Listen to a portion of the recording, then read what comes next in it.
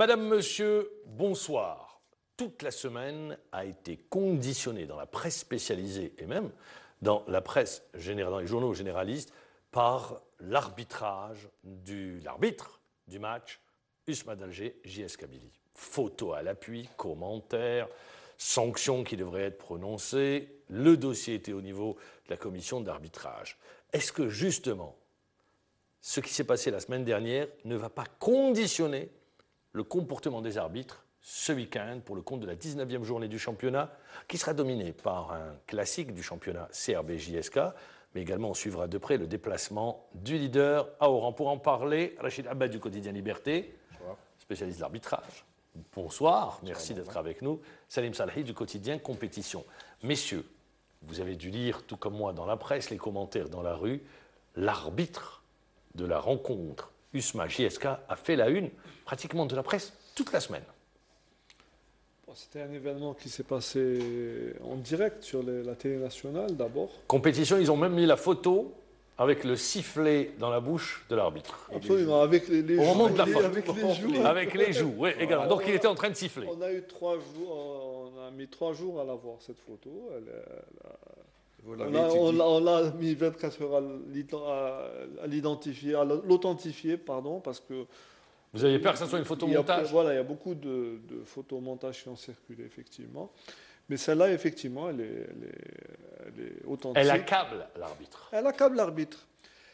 Malheureusement pour lui, elle l'accable. Et il reste un peu... Le problème dans cette affaire de Bourkhalfa, bon, qu'il ait disjoncté, qu'il ait perdu le fil du match, ça peut arriver à un arbitre. Mais attendez, mais tout allait bien pendant le match. Absolument. Si l'on veut le basculement, c'est cette action. Absolument.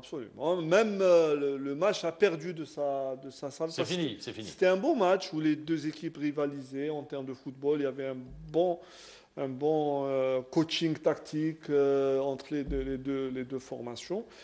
Mais malheureusement, effectivement, l'arbitre a faussé le match, a faussé le spectacle avant tout. Parce que l'arbitrage, ce n'est pas une entité qui se nourrit d'elle-même ou qui vit pour elle-même. Elle est là, l'arbitre est là pour assurer un bon déroulement d'un match et assurer que le spectacle, avant tout, plaise à l'ensemble des spectateurs sur le stade et aux téléspectateurs à la télévision.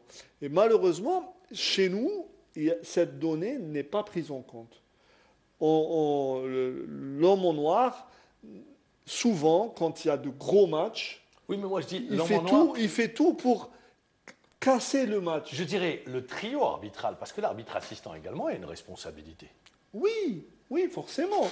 Alors, c'est pire encore, parce que quand on lit la déclaration de Hammoum, sur Compétition d'ailleurs, où il dit Bourkhalfa est jeune, il est inexpérimenté, mais le juge de touche aurait dû. Qu'est-ce que ça veut dire? Ça veut dire que lui, il a vu, et sciemment, donc forcément il y a autre chose. C'est plus grave encore. Donc si, en suivant la logique, il dépose plainte contre son juge de touche. Non. Alors, attendez, je me tourne vers vous.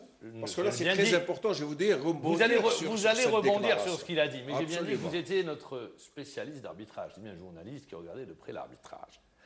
Première question, il faudrait une réponse claire, nette et précise. Oui. Est-ce que vous ne pensez pas que pour un tel match, pour un classique du championnat, USMA JSK, avec tout ce qui entoure ce classique du championnat, la CFA, en termes de désignation, eh bien, elle a tapé à côté, elle aurait pu prendre un arbitre expérimenté. Tout à fait. Est-ce que vous ne pensez pas que la première erreur réside dans la désignation? Oui. Vous dites oui, clairement. Ah oui, clairement.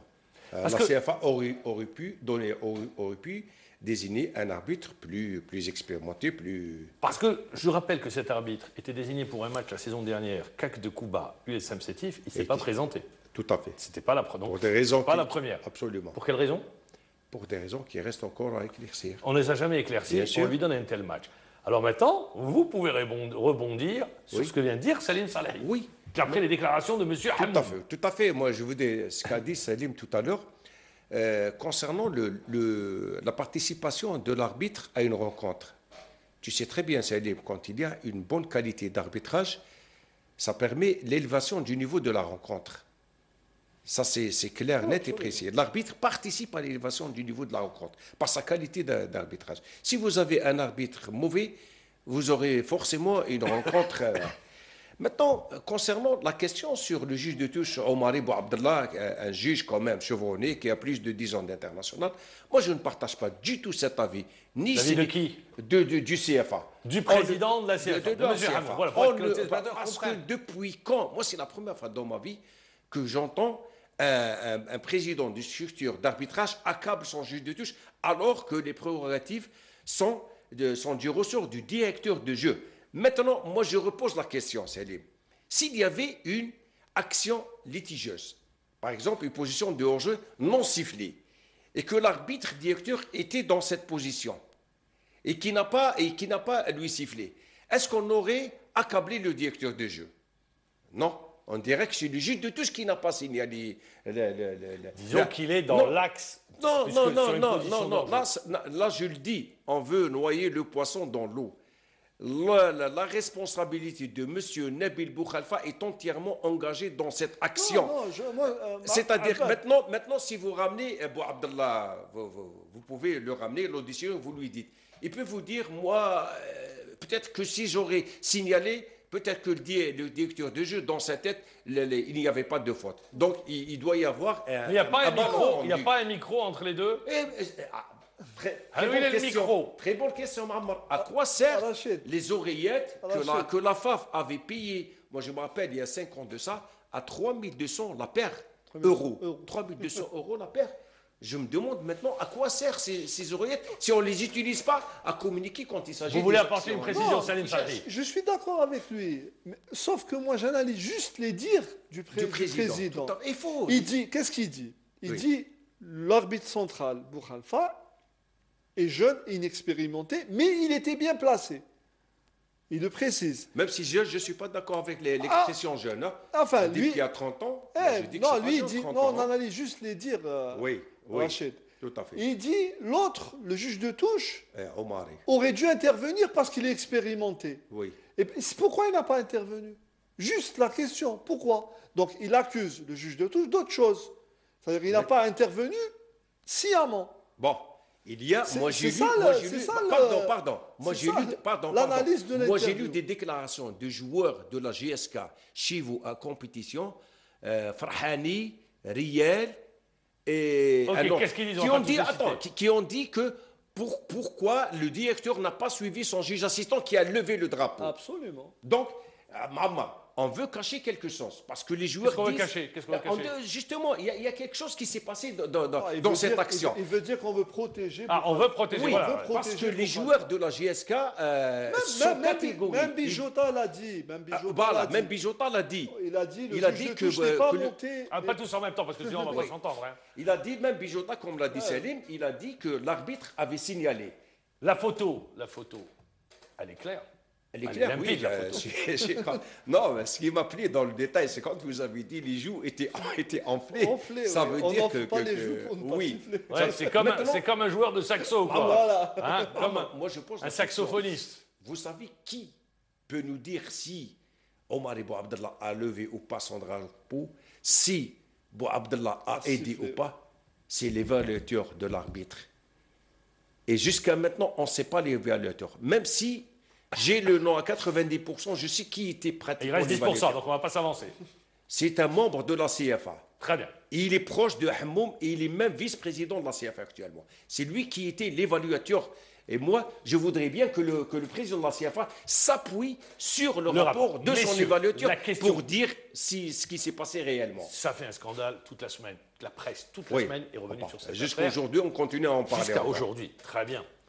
Alors justement, la question au départ, on va revenir, est-ce que le comportement de Boukhalifa, l'arbitre de cette rencontre, l'erreur qu'il fait, grosse erreur, à la limite, certains pourraient dire de manière intentionnelle, puisqu'on voit la photo, encore une fois, je regarde la photo, ne va pas conditionner quelque part le comportement de manière inconsciente peut-être des arbitres sur cette 19e journée? Absolument. La question mérite d'être posée. Parce que... C'est un tournant. Vous avez raison de poser cette problématique parce que c'est un tournant. on est à la fin du championnat. Donc les enjeux vont être terribles. Il y a des clubs qui veulent sauver leur peau, il y a des clubs qui veulent... Surtout dans le bas, c'est très serré. Voilà. Donc c'est pour ça que ça éclate maintenant, parce qu'il y a des enjeux. Donc et il n'y a pas que Boukhalfa, il y a eu quelques couacs au sein, il y a eu Blida. En Ligue, il y a eu Blida. Après, je reviendrai à cette semaine avec il y a eu Bessiri Abchar, voilà. Mouloudi Abchar. Deux pénaltys. Bon. Selon les dires du MCA, ils ont été. Non, je parle de Saoura Al-Harrach. Oui. Il y aurait eu deux pénaltys. Oui, non deux pénaltys. L'arbitre Saïdi. Voilà. Deux pénaltys, on les a vus à la télé en faveur de Saoura, non sifflé. C'était des pénaltys évidents. Donc, il y aura un climat qui va s'installer au sein du championnat que la FAF doit gérer avec une communication bien meilleure que ce qui a été fait jusqu'à présent. Quand Hamoum dit si je dois refaire, mais moi j'ai l'impression que je le refais. Moi j'ai l'impression que Hamoum est en train de prendre les choses à la légère. Absolument. Je ne sais pas, c'est l'impression. Je vous pose la question. Est-ce que vous avez la même impression? C'est un manque d'expérience à ce niveau-là. Il ne sait pas que c'est des questions très sensibles qu'il faut gérer avec beaucoup de tact et beaucoup de professionnalisme. Et que la communication à ce niveau-là doit être maîtrisée. Parce que, attendez, vous avez parlé de ces affaires, donc des faits de match qui sont arrivés, un but qui fait suite à une main flagrante, deux pénaltys, vous dites non sifflés, ça reste également l'appréciation de l'arbitre. Le Mouloudia d'Alger qui se plaint de l'arbitre, la rencontre de Saoura, Mouloudia d'Alger, Blida également. La Ligue 2, un arbitre qu'on ne désigne pas, on a oublié de désigner, puis après on commence à se chercher un tas d'excuses avec un quatrième arbitre qui n'était pas là. Il faut dire que du côté de la CFA, ça va mal. Oui. Alors, vous avez parlé de la communication. Je me tourne vers vous également, Rachid Abed, pour reposer la même question. Est-ce que pour vous, aujourd'hui, ce qui s'est passé ces dernières semaines, et notamment ce dernier week-end, ne va pas conditionner les arbitres dans leur comportement et également l'attitude des joueurs, des staffs, de l'environnement par rapport aux arbitres? C'est évident. C'est évident. Les arbitres, déjà maintenant, les arbitres sont sous une pression terrible maintenant. Vous en avez discuté avec certains, je suppose. Ah oui, j'ai une pression, notamment cette action. On ne va pas vous demander les noms. Moi, je vais vous dire un petit peu pourquoi on est arrivé à cette situation. Vous savez qu'actuellement, la CFA, fonctionne sans directeur technique national. C'est très grave, c'est très grave. Il y avait un directeur national qui était en place. C'est quoi le directeur national en place? C'est lui qui fait le programme, c'est lui qui fait la politique, c'est lui qui fait le suivi, c'est lui qui oriente un petit peu les désignations, c'est lui qui conseille le président de la CFA, parce que le président de la CFA ne peut pas tout chapeauter. Donc, c'est lui la cheville ouvrière de la commission. Vous dites, donc vous liez le comportement des arbitres à l'absence de directeur technique. Depuis le départ, il y avait Mounir Dbichi, qui est un professeur qui donne des cours à l'ISTS, un ancien arbitre, qui était au poste de TNA. Depuis qu'il a démissionné, on l'a remplacé par un administrateur au niveau de la FAF qui ne connaît rien à l'arbitrage. Ça, c'est la grande administrateur. Oui, c'est un administrateur au niveau de la FAF qui l'a remplacé avec une autre appellation. C'est ça, c'est le plus grave, Mohamed. On a, si vous voulez, j'ai pas trouvé le terme, on a étêté la CCA de son véritable cheville ouvrière. C'est là où le bas blesse. C'est là où le bas blesse. Pour revenir au terrain, pour revenir à l'environnement, est-ce que les arbitres, justement, dans leur manière de diriger les matchs, ça ne va pas peser tout ce qui se passe aujourd'hui? Forcément, ça va peser. Même s'il n'y avait pas eu cet événement, la fin de championnat est toujours compliquée. Elle est compliquée, mais là, il se la complique de fois plus. Absolument. Commettre des erreurs de ce niveau-là dans un match aussi important fait que la pression va forcément retomber sur tous les arbitres. Et j'imagine mal comment un mec comme Boukhalfa va pouvoir. Non, c'est fini, lui, il est fini. Va pouvoir arbitrer. Pour moi, il devrait. J'espère qu'il ne va pas se retrouver en division amateur ou division interrégion, comme le fait le président. Il nous a créé quelque chose qu'on n'a jamais vu auparavant. Vous savez que dans le monde entier, un arbitre, quand il faute, il est automatiquement mis au frigo. Il n'arbitre rien. Depuis l'arrivée de M. Khalil Hamoum, moi, je lui ai posé la question l'année passée, je lui ai dit, je n'ai jamais compris pourquoi vous sanctionnez là. Il dit, moi, je ne sanctionne pas l'arbitre. L'arbitre, quand il faute, il le descend au niveau de amateur ou régional. Ce n'est pas une sanction. Normalement, un arbitre, quand il faute, il doit être à la maison. Il doit mais quand il est fédéral, il descend dans la division inférieure. Oui, mais c'est la crédibilité de l'arbitre qui Ça, nous oui, la oppose. crédibilité. Tout Voilà, à fait. c'est ça. Alors, messieurs, parce qu'on avance très rapidement, Très bien. tous les regards vont se focaliser sur le stade du 1er novembre. JS Kabylie, CRB, tout le monde va suivre de près la prestation de l'arbitre de cette confrontation, parce que la JSK avait été lésée la semaine dernière, et la JSK crie au scandale, crie à la hagra, tout le monde va regarder comment va se comporter l'arbitre. Ah, déjà, il y a un enjeu autour de la désignation de l'arbitre. Tout le monde se pose des questions. Quel arbitre sera désigné? Ce sera Amir Rachid qui a Nessib. entre Non, Ness- c'est Abichelf. entre Abichalef C'est Abichelf et- qui... Non, non, c'est officiel. C'est Abichelf Voilà. qui va Donc, désigner le match. Bon, il a un peu plus va de diriger. il a un peu plus de vécu, je pense que. Donc la prestation de parce qu'il Abitchal va vient- être disséquée, regardée de Absolument, près. Il vient de rentrer du Chan. Il a pris part au Chan qui se déroule au Rwanda. Il a dirigé un seul match, puis il est rentré. Parce que la JSK, également, on va revenir maintenant à la compétition en elle-même, la JSK joue gros sur ce match.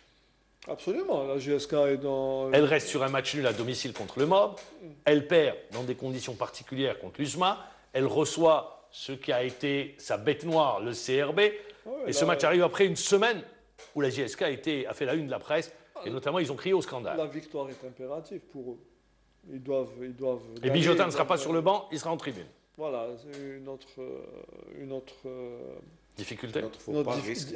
une autre difficulté pour la Une GSK. des conséquences du match. Une des conséquences du match et de l'arbitre aussi. Oui, C'est lui voilà. qui a signalé le Comportement de comportement de Bijota, alors que lui il dit que j'ai juste signalé que. Il a il a démissionné, puis il est revenu sur Ouais. sa décision. Non, Dominique le président Bijota. Halassi a dit je suis arrivé à le convaincre. Ouais. Donc ce match, c'est un match à 6 points pour la JSK, c'est ce que vous dites, messieurs? C'est un match qui va conditionner la suite du championnat pour la JSK. Parce que si elle perd ou fait un match nul à Tizi Ouzou, ça va être compliqué. Ils vont retomber sur le scénario de l'année passée. Très bien. Le CRB également n'a pas eu une semaine tranquille, Oui. puisque après le nul contre le Nez du Sindé, ce but égalisateur de Guesmi, voilà que tout le monde veut revenir sur cette défense du CRB. Pourtant, quand on regarde les chiffres, c'est la deuxième défense du championnat. Et tout le monde dit, mais le CRB a une charnière centrale qui est faible, une défense qui est faible. Oui, ils étaient pris. Mais pourtant, la défense, c'est la deuxième défense en termes Oui. sur les chiffres. Mais si vous avez bien vu l'action. Mais je ne reviens pas à l'action, moi je reviens. Certains voudraient Oui. faire porter le chapeau à l'axe central. Quand on regarde les chiffres, Oui. l'axe central, Oui, bien la sûr. défense se porte bien. Comment se fait-il qu'à la dernière minute, on laisse un joueur comme Gasmi, qui est très bon joueur sur le jeu de tête, sauter tout seul et mettre la balle. D'ailleurs, à ce titre, j'ai lu que Alain Michel ne voulait plus adresser la parole à ses joueurs à cause de cette erreur de novice. Il dit c'est pas possible, on tient le match dans la main. On se fait avoir dans les dernières minutes. C'est quand même ces 2 points de perdu qui sont importants pour l'avenir, notamment parce que le CRB cette année veut rebondir, veut revenir. Ils jouent à la deuxième place, c'est leur Oui. place la deuxième, Oui, c'est leur place. mais il reste encore, Mammar, vous l'avez dit sur ce plateau, que le scénario de 2001, Ouais, il était envisageable à un moment donné, Voilà, il est beaucoup moins exactement. maintenant. Lorsque l'ISMA avait 12 points d'avance sur CRB, et CRB avait réussi à rattraper et terminer le championnat très fort. Donc il reste combien? On est à la 19e journée, il reste encore 11 journées. Salim Salhi, au moment où beaucoup disent la défense du CRB, Malik Asla, alors finalement c'est la deuxième défense du championnat. Oui, mais une défense est aussi composée par l'ensemble de l'équipe. Voilà, C'est la c'est- manière avec l'équipe, Merci.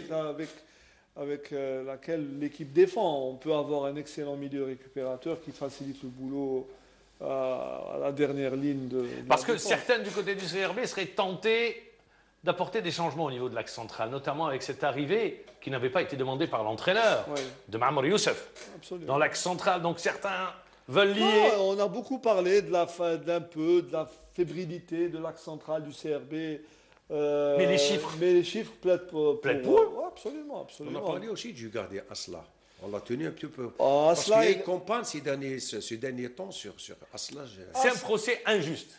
Voilà. Asla, Voilà. il a toujours été comme ça. Il te sort d'excellents matchs, il fait quelques Mais il n'est pas responsable sur le but. Non. Il n'a aucune Non, responsabilité. non, non. Et peut-être que du côté du CRB à cela, on lui cherche des poux dans la tête parce Tout qu'il à fait. il veut J'ai pas pas- compris il est en fin cette de contrat. Ouais. Et donc, pour l'obliger à... Il y a eu Jemaouni qui avait subi la même pression du côté de l'Asmo d'Oran pour qu'il renouvelle, et il ne va pas renouveler. Il y a Asla également qui est en train de se donner un temps de réflexion pour savoir quelle va être la suite de sa carrière. Asla, et à partir c'est de un très là, bon gardien. D'abord, c'est un très bon gardien. Maintenant, il a le titre international. Il est convoqué depuis quelque temps régulièrement par Gourcuff. Je pense que Asla aura beaucoup de sollicitations d'ici la C'est fin de saison. C'est l'un des meilleurs. Donc, il fait partie des meilleurs donc, gardiens mais du j'ai pas championnat. compris cette campagne contre ce jeune Marmar ces dernières semaines. Pourtant, il fait de belles prestations avec le CAP. Hein. Alors, messieurs, il nous reste 1 minute, ça passe très vite. On a parlé de l'arbitrage, on a parlé du choc que tout le monde va regarder.